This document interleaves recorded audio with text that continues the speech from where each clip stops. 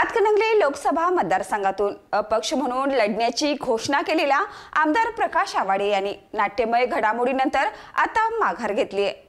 मुख्यमंत्री एकनाथ शिंदे यांनी सोमवारी आवाडे यांच्या निवासस्थानी जाऊन भेट घेतली आणि त्यांना उमेदवारी अर्ज मागे घेण्यासंदर्भात चर्चा केली। मुख्यमंत्र्यांच्या आव्हानाला प्रतिसाद देत आमदार प्रकाश आवाडे यांनी लोकसभा निवडणुकीतून माघार घेतली आहे आणि हातकणंगले लोकसभा मतदारसंघातील महायुतीचे उमेदवार धैर्यशील माने यांना पाठिंबा जाहीर केलाय।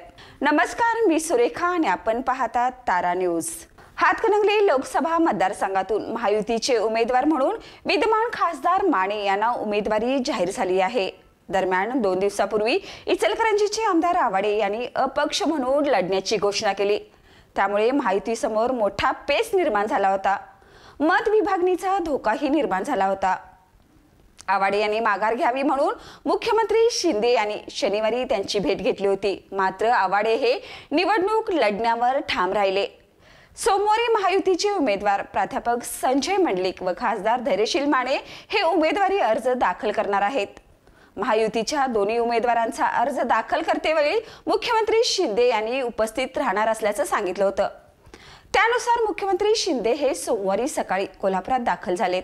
त्यांच्यासोबत शिवसेनेचे मंत्री शंभूराज देसाई, शिवसेनेचे नेते रामदास कदम, विजय शिवतारे, जनसुराज्य शक्ती पक्षाचे नेते विनय कोरे हेही होते।